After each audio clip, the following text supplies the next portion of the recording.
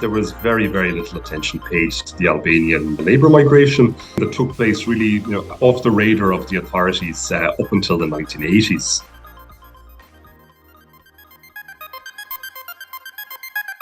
You're listening to the Transformative Podcast, brought to you by the Research Center for the History of Transformations at the University of Vienna.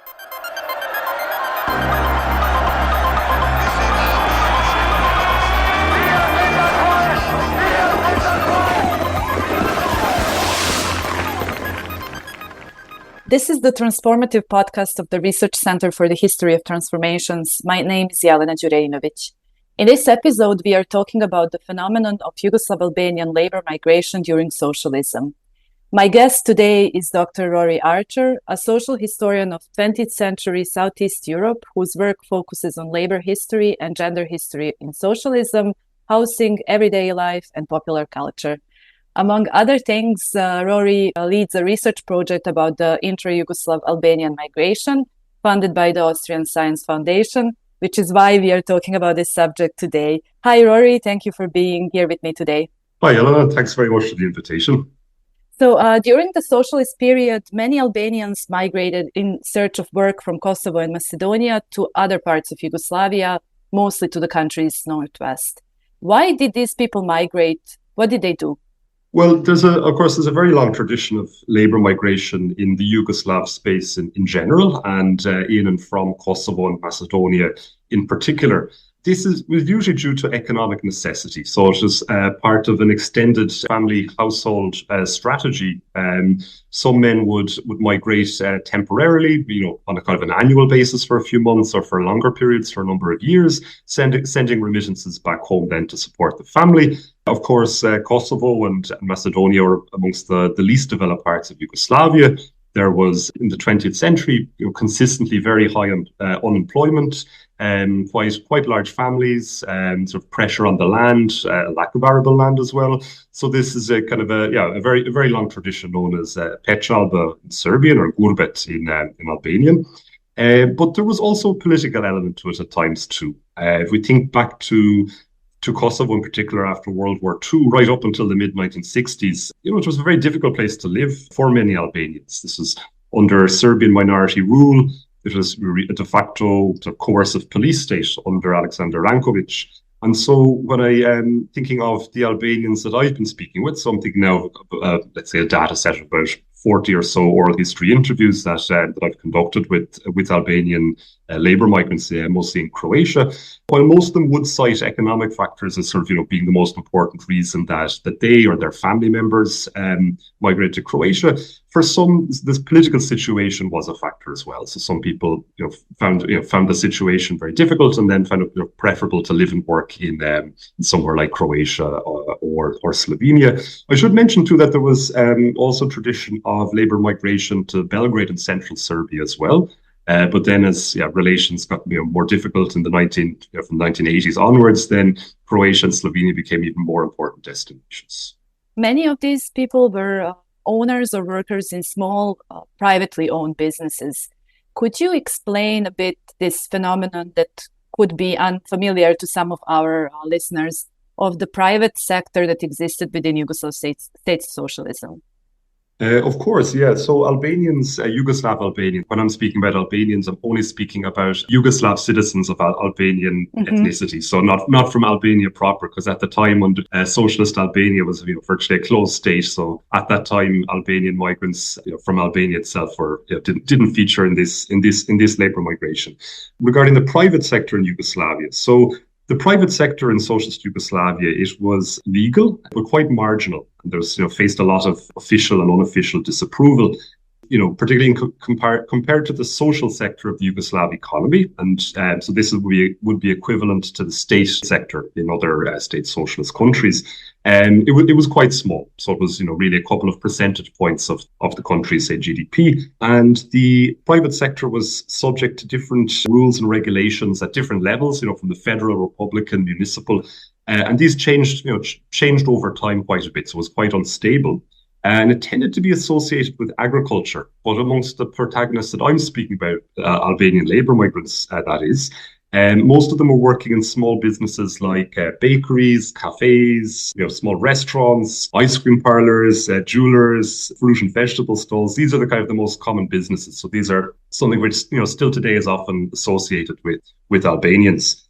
Now, the private sector was legal, but it didn't really kind of cohere or line up with the sort of a mainstream understanding of Yugoslav socialist morality. So it was a little bit suspicious to be a private worker. It was sort of seen as a little bit outside of the norm.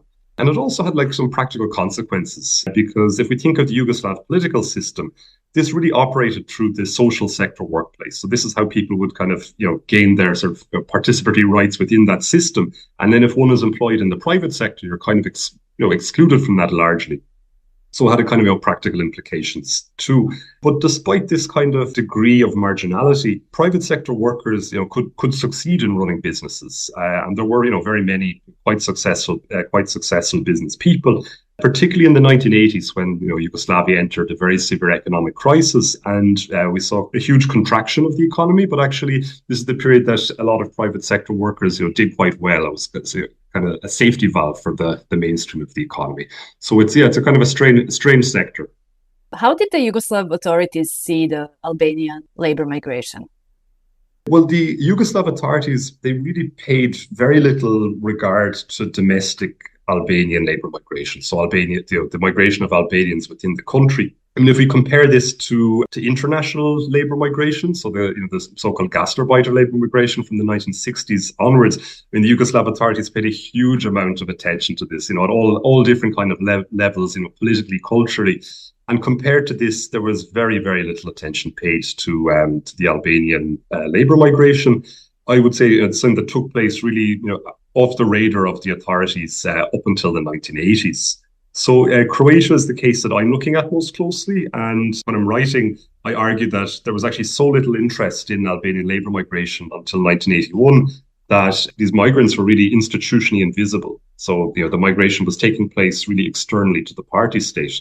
And I've mentioned 1981 as a kind of key year here because we see almost overnight a huge overnight shift. So what happened was, in the spring of 1981, in March and April, student demonstrations took place in Pristina and then spread to other towns and cities across Kosovo. And this was, a huge national crisis. And the Yugoslav federal authorities interpreted this as Albanian nationalism irredentism. So this was the kind of the official view. This is how it was to be interpreted. What happened then was authorities at all different levels, federal, Republican, right down to the level of the local municipality, they started to follow the activities of Albanian labor migrants really closely all across the country, including in Croatia. So this would involve organizations at very different levels, from sort of the Croatian League of Communists at the Republican level, going right down to the Municipal League of Communists and local police. The secret police, of course, were very visible and very active as well in tracking this so-called Albanian nationalism irredentism. And so the result was that, from being a completely institutionally invisible phenomenon up until the early 1980s, within a period of a couple of weeks, Albanian labor migration became really securitized. And this actually remained throughout the 1980s until the collapse of the state. If we look at the communities where these Albanian labor migrants migrated to in Croatia and Slovenia, we are talking about a large number of people and also a large number of these small businesses that really existed in the most remote places, and many of them exist still today. How did these communities where the Albanian labor migrants relocated, how did they perceive them? Well, I would say it depends when and where. It's quite, first of all, like Albanian labor migrants, and it's a category I think that has to be used with some caution because this is, it's a very, very heterogeneous category. So it's full actually of maybe micro communities. But thinking of sort of the religious background of the people concerned, whether they're Muslim or Catholic or unobservant, there's a huge range of class positions. So, sort of running the gauntlet between quite wealthy business owners, landowners, and then, also including extremely poor and precarious day laborers, so, working off the books completely. And then, the place of origin, of course, is important. If this is somewhere in Kosovo, somewhere in Macedonia. And also then, I think, the community is structured to some way by profession. So there's maybe micro communities of jewelers, silversmiths, goldsmiths, bakers, sweet shop owners, Also, the importance of family and kin groups, and also many Albanian labor migrants were, let's say, normative Yugoslavs, people who sort of signed up to the kind of official and unofficial postulates of Yugoslav socialist modernity, and then became completely integrated within their local communities, and very much identifying as local Istrians or local Pula people or Rijeka people. And so it's difficult to speak of one single community, and then it's also quite difficult to speak of how the reception that people got. I think a lot of these sort of public-facing businesses, people would sort of gain a sort of trust in the local community, particularly for things like cafes or bakeries where people have a lot of sort of face-to-face interaction. But there could also be different periods of distance as well. So I think it depends where and when. And you, in your research project, you approach the intra-Yugoslav Albanian labor migration through the lens of intersectionality. Could you tell me a bit more about that? Yeah, I could, of course. I mean, like I mentioned, these very different kind of micro communities or identity categories. There's quite a lot going on. So I see that there are multiple minority statuses which rendered Albanians in Yugoslavia in general, and Croatia in particular, institutionally invisible and unprotected. So on the one hand, of course, there's being an ethnic minority, but also being an economic minority for those who are working in the private sector as well.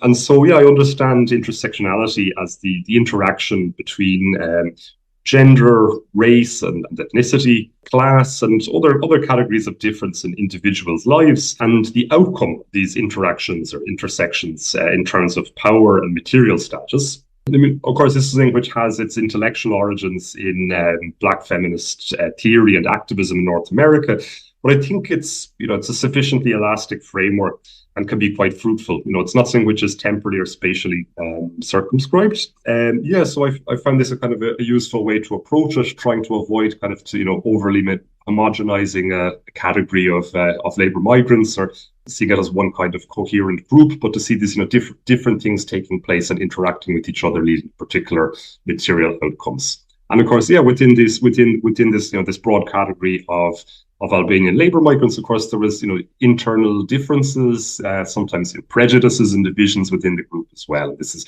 becomes clear looking at the sources and in interviewing people as well. Maybe we could briefly reflect on the legacies of the Albanian labor migration during state socialism, after state socialism, and today. Well, I find it difficult to speak about legacies because I see it as a process that's to some degree still ongoing, and that there's many of the businesses that I mentioned in state socialism, they still exist today, and they're still sort of transforming themselves. The new generation is coming along. I mean, the labor migration reached its peak towards the end of the 1980s. So in overall terms, the numbers of Albanian labor migrants in Croatia at least, is much lower than it was in those last years before Croatian independence. So I suppose, the ongoing sort of businesses and communities is that legacy. On the other hand, I think there's still quite a lot of open questions. I mean, for those of us who are social historians of Yugoslavia in particular, because on the eve of Yugoslavia's dissolution, Albanians were the third or the fourth largest nationality in the country, after Serbs, Croats, and possibly after Bosniaks, or then Muslims as well, because the last full census was in 1981. The 1991 census was boycotted by Albanians due to political difficulties at the time. But this is a group which was one of the largest of the Yugoslav population, and I think when we think about sort of the experiences of Yugoslavia and legacies, often the Albanian perspectives are not really very well accounted for in social history, at least. I think it's maybe a little bit different. We think political histories where Kosovo features very prominently, but in terms of sort of creating knowledge about Yugoslavia and the legacies, I think we still know quite little about this in regard to Albanian Yugoslavs. This brings us to the end of our conversation. Rory, thank you again for taking time to talk to me today. Thank you very much, Ella. It was a pleasure. This was the Transformative podcast of the Research Center for the History of Transformations, this time with Jelena Đureinović and Rory Archer.